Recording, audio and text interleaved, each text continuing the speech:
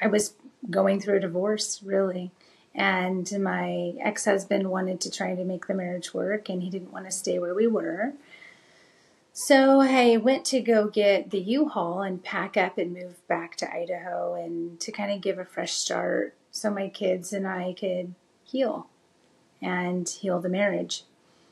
On my way there, I was like, oh, I was not feeling good and I needed to go to the doctor. So I thought, oh, I'll just go to, a quick urgent care and kind of find out what's going on because I'm preparing for this big drive.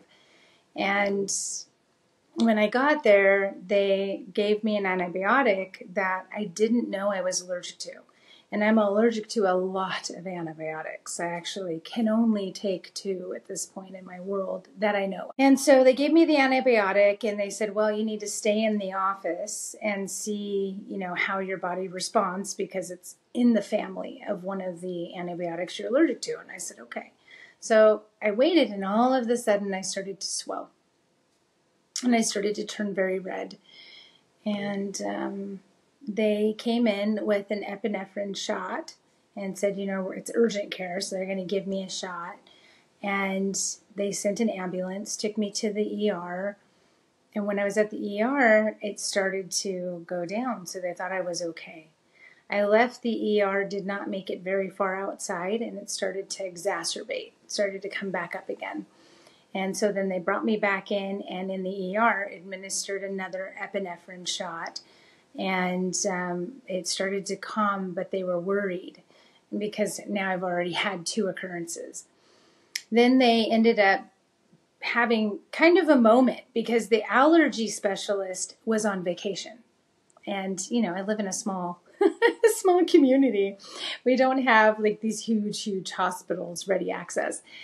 And they weren't really sure what to do. They were like, we don't want to keep giving her these epinephrine shots. We're not sure what to do.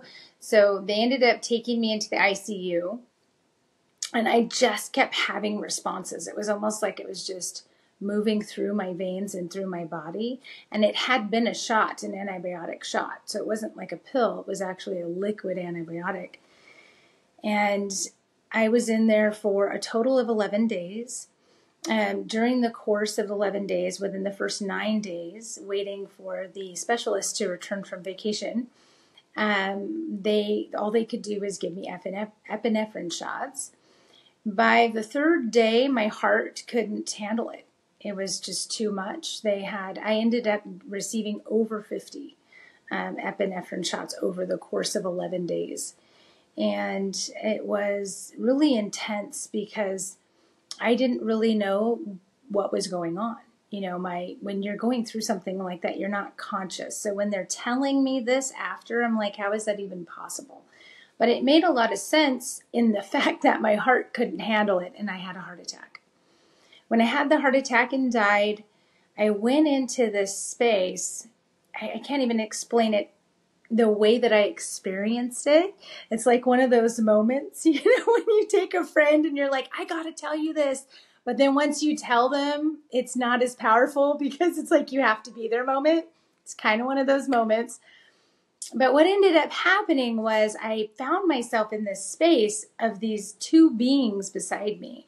And I didn't know who they were, but they were like, again, for lack of a better way to describe it, they were kind of like light beings. Like their energy was light and everything about them was really safe. They're just standing beside me. And in front of me was, all I could say was a reaper. It was this darker energy that was neutral. It was this beautiful neutral energy. And he stepped forward and said, are you ready to go? And I, at the time, was teaching chakra ascension classes. I was teaching people how to move through the energy of their system and really connect outside their body, as we have many chakra systems. Everything's made of energy. And that energy to move the soul self is through hubs of energy. And these hubs are chakra systems. And I was like, yes, I want to go. I want to learn more. I am a learner. Well, he basically was like, okay. And these 2 beings stopped me and said, if you go, you will not come back. And I was like, what? And they said, if you go, you will not come back. Your karma is done here. You're done. You won't be back. And at the time, my youngest son was 2. I mean, I have 5 kids. So my oldest is 26, getting married next week. But my youngest guy, he was 2 at the time, and I was just out of the wheelchair, and I was just starting to really start to move in my life. And I was like, are you guys kidding me? Like, I'm not ready to go. I just got started, and I am not leaving my babies. So I was back in my body, and they took the pads off, and I was kind of like in this dazed moment of trying to collect myself. What was powerful in that moment, as I was trying to collect myself, is that I have a friend of mine, which is funny, she messaged today, but I had a friend of mine who messaged my ex-husband on my messenger. And nobody knew he was there. Nobody even knew I was thinking about repairing my marriage. And she said, Heather's guides just came in. She's a New Yorker. So she's like, I know they're not mine because mine aren't that nice. Being a New Yorker, it's like, no, these are too gentle. And she said, Metatron and Michael are with Heather, and she is at a crossroads. She has a choice. She doesn't have to go. She doesn't have to stay. But if she stays, these things are going to change in her life. Her eating habits are going to change. She's going to have to go through a healing process. Things are going to change in her life, and she has to be open to embracing that. And, if not, she can choose to continue on, but she doesn't have to die. This is a choice. As soon as he's done reading it to me, he's just in shock. As soon as he's done reading it to me, I went back into anaphylaxis. They came running in, and all I remember is the nurses going, did anybody get a hold of the allergy doctor? We don't know what to do. We can't give her another epinephrine shot. She is going to die. What are we going to do? And they didn't have a choice. So they gave me another dose of epinephrine, and my heart couldn't handle it again, and I had another heart attack. And as that happened, I was, in VFib, and they basically, I believe it's VFib, they basically had another heart attack, and they had to get the paddles back on me again. And there I was, right back. It was like right where I left off. The same beings next to me, except for this time I had information. I was given a little insight.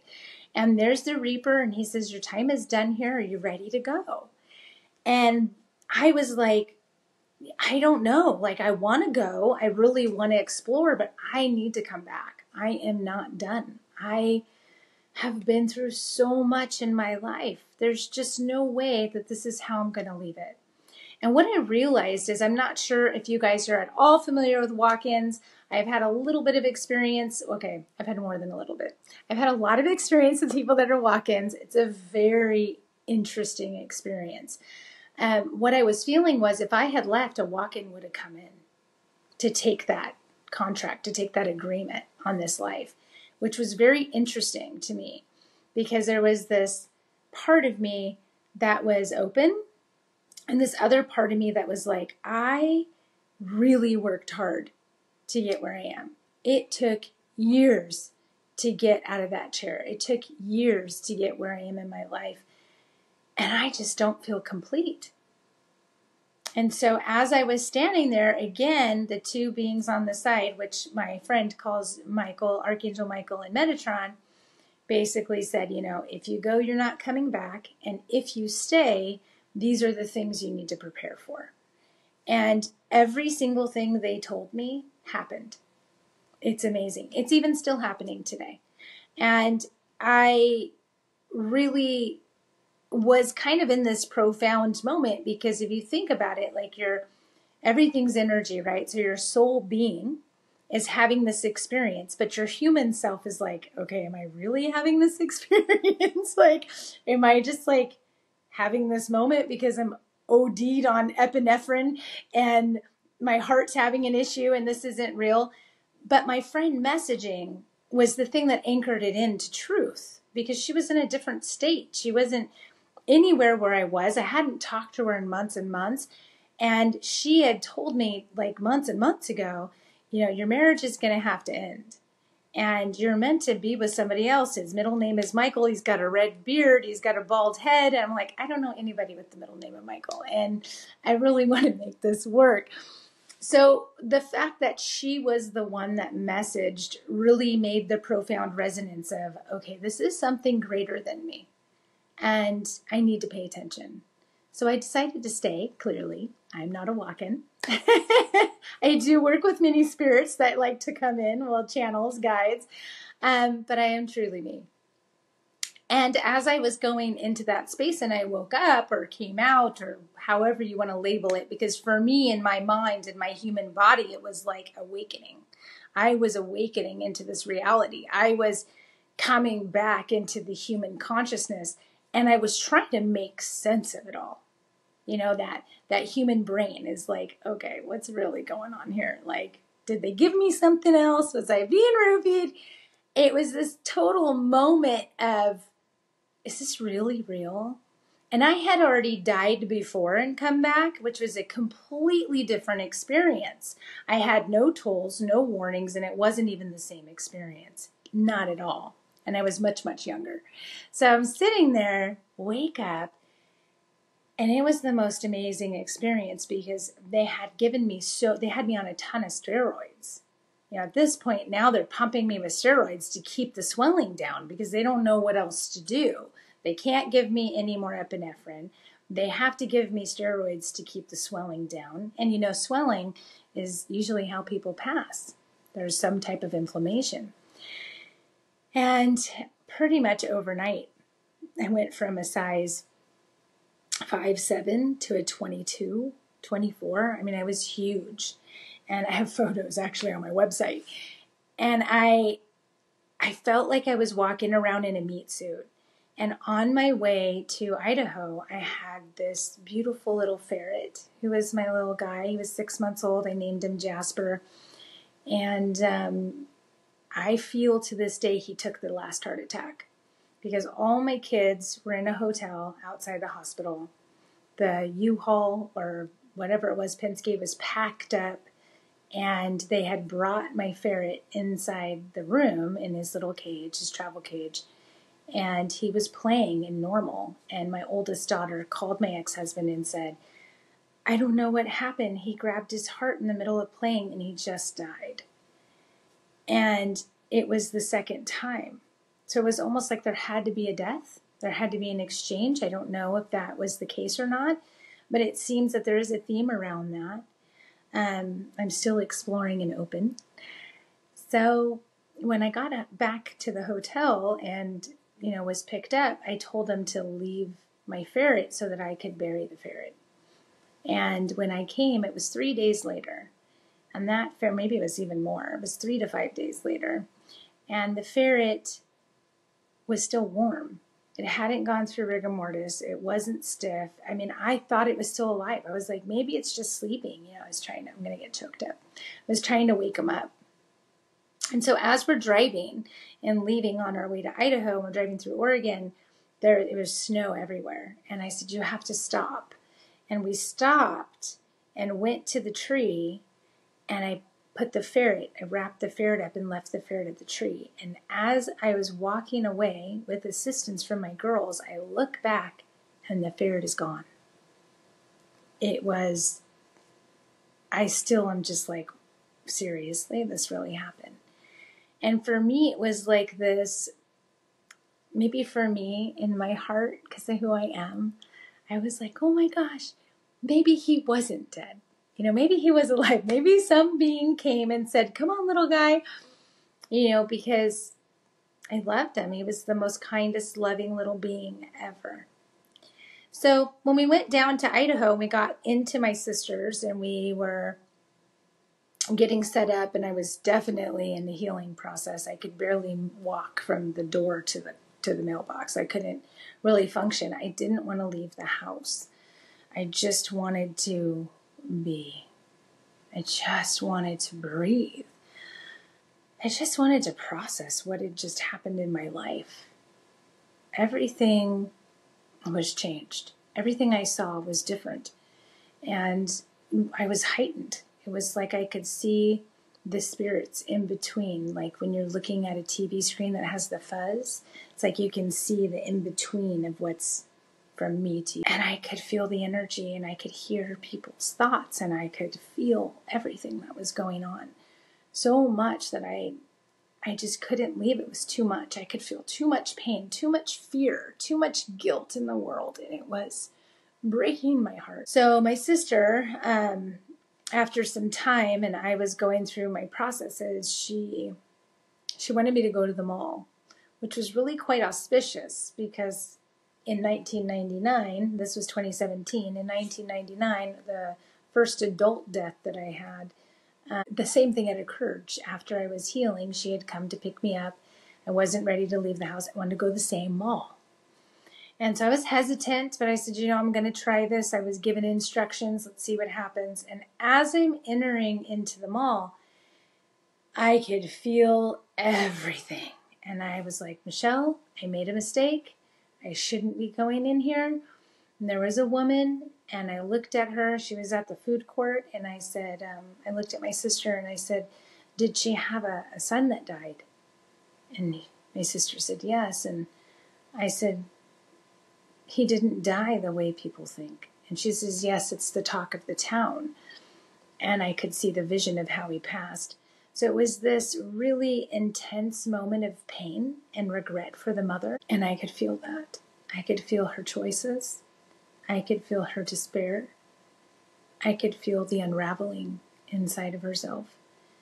And I couldn't be there anymore. So we left. And as we were leaving, I could see every spirit, every realm, every dimension coexisting in the layers of things. It was a very powerful experience for me. Because when you go through a near-death experience, and guys, near-death experience doesn't mean you have to be in the hospital with epinephrine pens. You can have a huge change in your life, a divorce, a sick child, a sickness in yourself, a total job change where your financial system is completely shifted. It is that moment in time where everything that you know can never be the same. It's that moment in time where you can't be where you were. You can't stay where you are. You have to move forward. And you're not completely sure of how you're going to make those steps. And you're just like, oh my gosh, what do I do? It's that true moment of limbo where you can't be in limbo. This was that for me in many ways. Because at the same time, remember, everything they told me happened. They told me that I was going to be homeless. They told me that I was going to have to leave my husband and have a voice, which now you can't get me to stop talking. They told me that I was going to face these parts of myself. I had to lose weight. The meat suit, that I call it, was the biggest blessing in my life at that time. The reason why is because it assisted me in the emotional embodiment of what I was experiencing from the change. See, when you go into that state, whether you guys believe in going into the crossroads or the veil or whatever it is, when you're facing a death in your life, when you walk through that, you're raw. You're vulnerable. You have a big breakup. You're raw. You're vulnerable. You're in that space of like, oof. I don't want to go anywhere, but I want to go everywhere, and I don't know what to do. This was that for me. And I was so vulnerable that meat suit was really protecting a part of myself until I could adjust to the change in me. Now, I'm not encouraging people to gain weight because it creates a whole other experience to learn from. However, I'm understanding that everything I had experienced, every layer, even the parts that were uncomfortable, even the parts that brought pain, were truly blessings in the learning because I wasn't facing myself. Had I, really said, okay, I'm not going to stay in this marriage and you're going to have to go find somewhere to live and I'm going to stay here and continue my life, none of that would have happened. And I was warned. I am an intuitive. I have been a reader since I was 5 years old. It wasn't like I was, it's so funny to me because people say, how come the psychic didn't know they were going to die? We usually do, but we also understand the process of life and that Everything has its path. We are all on our path. Our path is our destiny. It isn't about figuring out what our path is. It's about making the choice of how we're going to navigate that path. What choices are we going to make? Is it the direct path? Or are we going to go over here and then go over here and then go over here to get onto that path of our own self? See, we're always on the path. It just depends on if we want a windy road or if we want the direct steps. And for me, I want the direct steps. And in order for me to have the direct steps, I have to have 3 qualities inside of myself. A minimum of 3. The main 3 for me is accountability. I have to be teachable. We cannot teach if we cannot learn. And I need to be willing to take action even when I'm terrified. Even when it's the most scariest thing to me. I have to take the steps. But before I can take the steps, I have to understand what those steps are. And that's what this process was. I was mapping out a blueprint of what was happening in my spiritual world, and my emotional world, and my physical world, and how my mental mind was connecting to all of that. This was powerful and so teachable. And as I left my ex-husband and left my sister and put all my kids and my dogs in the car, didn't know what I was going to do. I was getting ready to leave. It was a few days before, and my sister said, "You can do your work anywhere in the world. Where is your home? Where do you feel the most home?" And my entire soul, everything inside of me just cried out, Mount Shasta. Mount Shasta is my... And so I made my way to Mount Shasta, and I had nothing. And my business was not a business at the time because I was healing for months, for 8 months. And when I got to Shasta, I slept on a friend's floor in her 1-bedroom little house in Dunsmuir, California, with all my kids and my dogs. And she was so kind to assist me. And Spirit placed me in the place that I ended up buying. And I didn't know how I was going to get there. I didn't know how I was going to do this. I was like, oh my gosh, okay, I got to build a business. I got to find a home. I got to finish my divorce. It was, all these different things going on in my world, on top of which I could see everything. I'm in Dunsmuir, one of the most haunted places in the area. And I can feel everything, not to mention my mind, my conscious mind of my human is questioning everything. Right? So I'm in this total moment of a jigsaw puzzle. But I had faith. I had faith in myself. I had faith in my choice. I had faith in my path. And I just took one baby step at a time. And the next thing I knew, clients were pouring in. Oh my gosh, Heather, you're back. We need to schedule something. And I want to build this. And I want to do this. And it just started to kind of open. And then this location came. It was built in 1889. It's one of the oldest buildings in Mount Shasta. It had a 3-bedroom apartment upstairs, and I had no idea how I was going to afford it. But I was willing to make a deal. I mean, I sent all my letters of recommendations from every house I've ever rented. I sent letters of recommendation from college. I was like, I'm a good student. I spent 11 years in school. Here, take this, The poor guy, he was the mayor of Redding, and he sits down, and he's just like, oh my gosh.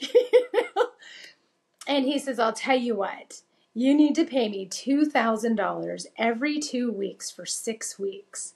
If you can pay me $2,000 every 2 weeks for 6 weeks, and at move-in have another $2,000, I will let you rent this place. I was like, okay, how the heck am I going to come up with that? That's crazy.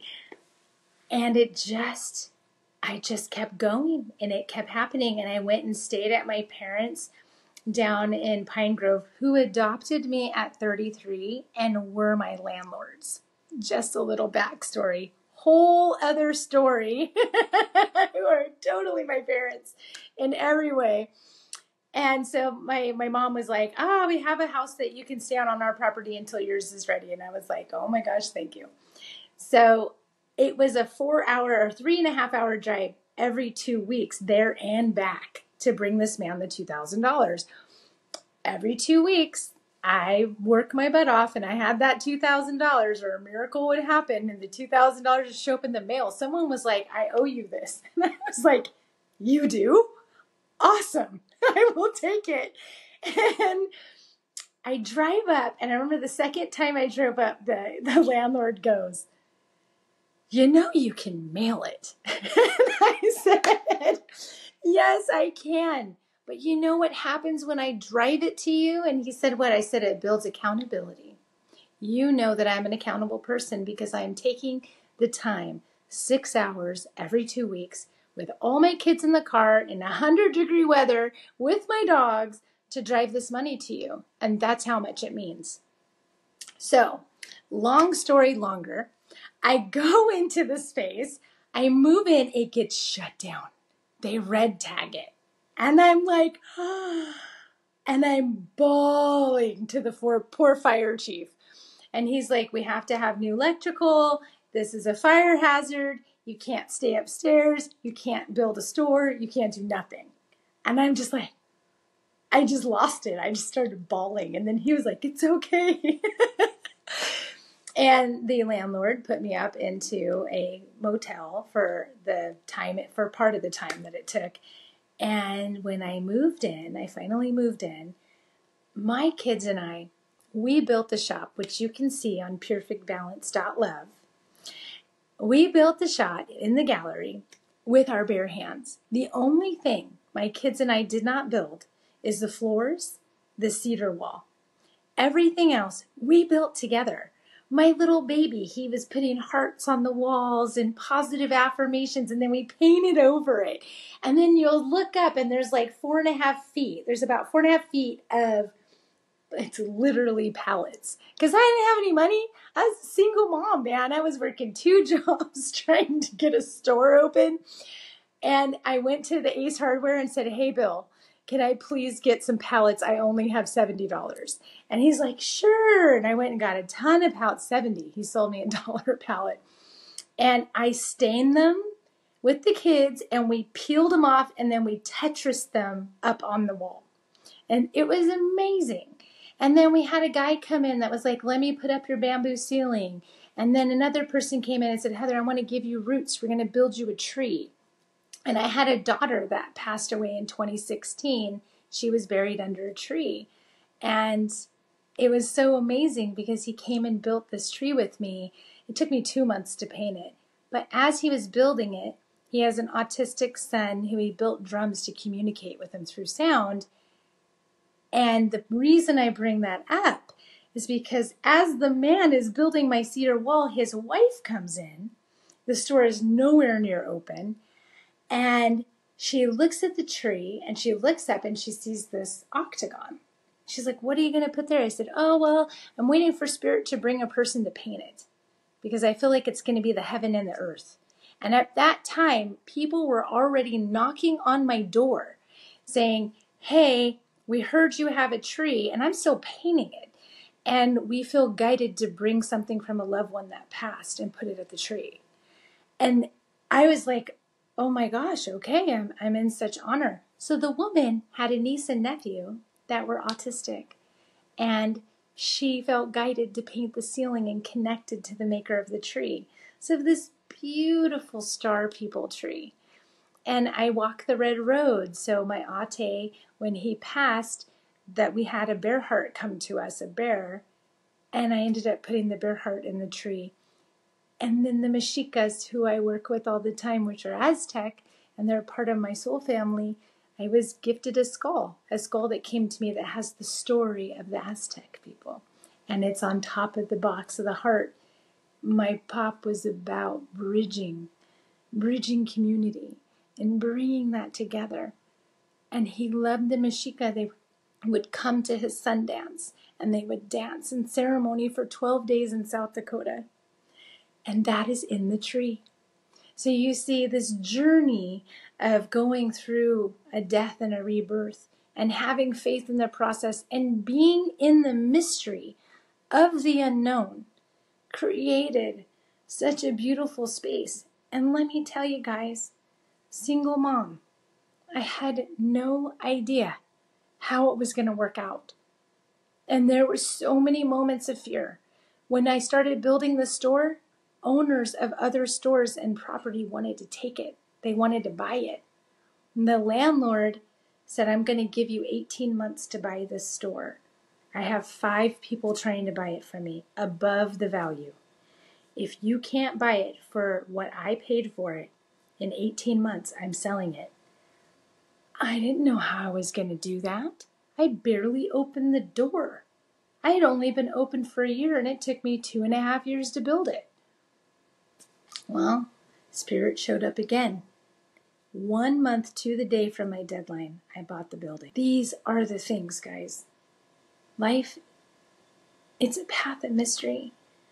But I believe, and I've experienced through my own example, that if I walk from my heart and I have faith in the unknown and I just stay in my truth, it will work itself out. That's such a beautiful message, Heather, and it's quite impressive to me that it comes from, someone who has, especially at that time in your life, you had suffered so much and things were not easy. I mean, let's just remember, you were going through a move and finding a new place for your family after having had a few heart attacks and having been treated in the hospital. Your health was also not in the best place and you were still recovering, and at the same time you had to find a new house for your family. You had no idea how you were going to do it.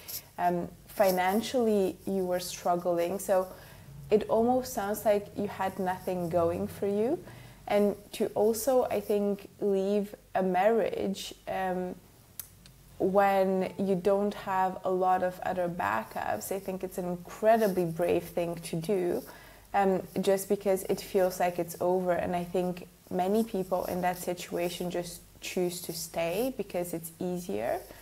But you need to have a lot of faith, you need to have a lot of trust, and it's incredible to me how resilient you were. And just from hearing your story, what comes through to me, the fact that you're not dwelling so much on the pain and the fear and the bad experiences and the struggles you've went through, but what you've had to learn and how you've had to grow to become the person you are today. And it almost sounds like that unwavering faith was with you back then, that you knew that somehow it would work itself out and you just had to keep going. So could you talk a bit more to us, especially when going through a challenge? I can imagine there's one part of you that says, Heather, we need to keep going, it's going to work out, it's going to be fine, like we're going to make this work, we're going to, come up with $2,000, for instance. But there's got to be this human side to you, this, conscious mind that has all these programs that says, no way, how are we going to get $2,000? We're not going to. How are we going to move there? What are we going to do there? Nothing. We have no idea. How would we even run a store if we had it? Like, how do you do accounting? How do you do that? Like, I have no idea. Like, maybe that's a bad idea. Maybe I shouldn't, even try it at all, because what if I fail? And how did you manage those two voices? How do you balance it out? And how do you feel like when you go on to, that fear-based side with, we're not going to make it, like, what have we done before? Have we had shops before? No, we haven't. How do we know that they're going to work now? How do you manage that and come back to that creative energy, to that space where you allow Spirit to help? It was really interesting because I've had a very different life than most people. So when I was a kid growing up, when I was with my mom, we were in the ghetto or in very poor places, or in the ghetto and a little bit of both. I was trafficked. I was, sold. I barely made it out with my life. I was put on the streets to sell drugs at 11. I got clean and emancipated at 14, and was the youngest computer processor in the state of California by 14. I started becoming a therapist and a peer counselor at 16, working with Breakthrough and a beautiful program running the psychology department at my high school, left high school early, went into college early for psychology, and worked for corporate America. And I was really good at it as a young teenage girl, going to school full time and really trying to manage that. And then I had my 2 daughters. And my 2 daughters, it was just me and my 2 daughters for 13 years. For 13 years, I only had 2 kids. And I worked in title and escrow. And I always had this knowing. And the funny part is my entire life, it was always that mystery. When you it doesn't matter to me what we look like, and that's really who I am in my soul. However, growing up in the ghetto, and my mom's natural hair is black, although she bleaches it, I stood out like a sore thumb. And I had to earn and prove that I was tough and that I could be in that space. And there was a lot of fighting and a lot of surviving and a lot of that mechanism going on. So when I was I remember being 5 and looking at my mother and saying, God made a mistake. You're not my mother. I'm not supposed to be here. I don't know what happened, but they messed up. That is how I felt as a small child. I didn't feel like I was in the right place. I didn't feel like this was the life I was meant to have. So as I went through all those spaces, and when I was, when I gave birth to my second daughter in Idaho, every baby born in the hospital that night died. Every single baby. It was all over the newspaper. Our neighbor's baby died. It was a historical winter. All these elders died from RSV. And I wasn't even supposed to be at that hospital, but I went into labor. And my doctor was like, this baby's not dying on my watch. I had, again, an allergy to an antibiotic, and I died. And it took them 11 hours and 11 minutes to stabilize me. It was like they kept bringing me back and going, bringing me back and going. It was this crazy moment. And in that one, I was sitting in a tunnel, and a voice said, wait till the darkness passes. And there was literally darkness rolling above my head. And to this day, that hospital isn't even a hospital anymore. They turned it into a government building. So it was my life had been so many things of clearing karma, doing awakenings. When we're born, we can only bring so much of our soul into this planet. We bring in so much. And then our body, based on the density that it's around, can only hold so much. And then as we lighten our density and learn more and get rid of pain and guilt and shame and fear, it allows more of our soul's self to be the reflection. Our human is the reflection of our soul, period. That's what it is. It's the reflection of our soul self, of our energy within our body. And the more we evolve and expand within our own self, the more we have self-faith and self-trust in our intuition and allow that positive thoughts to guide us. And it isn't about being it's just the positive, just because if you only focus on the light and you're not aware of your shadow, guess what happens? Shadow turns into darkness, it seeps out of your light, and now you're in real darkness, pure darkness, because it's false light. So it isn't about not being aware. It's more about, okay, I'm aware of what's happening. Now, what am I going to do with it? So I feel like part of it was the tools I learned, going to school early, and the universe put amazing people in my life. I was 8 years old. My hair was covered, and I'll get back to the story with the daughter, but my hair was covered in, spiders. And I was in the ghetto going home, and one of the girls that lived below me was on Oprah. She was the girl that was set on fire. She was kidnapped and set on fire. And she lived below. And my mother was so afraid that something like that was going to happen to me, because we lived in the same ghetto, that she wanted me to meet this girl. So at 5 years old, I was freaking terrified to walk home from school. And now I'm 8, and I'm literally hopping walls and walking in between bushes so I can't be seen. And this Christian family, they were missionaries, kept seeing me hop their wall. And they came out and they taught me kindness. They taught me love. They took me to the hospitals where I got to sing carols and give toys I didn't even have to give to the sick kids. And that was where my heart was. So I feel like in an aspect of it, it's like we're always being taken care of. We just have to be willing to see it. And if we're running around seeking answers, then we can't reach for what's being given. That was the key for me. And as I was going through my life and really having these changed spaces, when I left that world and I started working, my relationships were awful.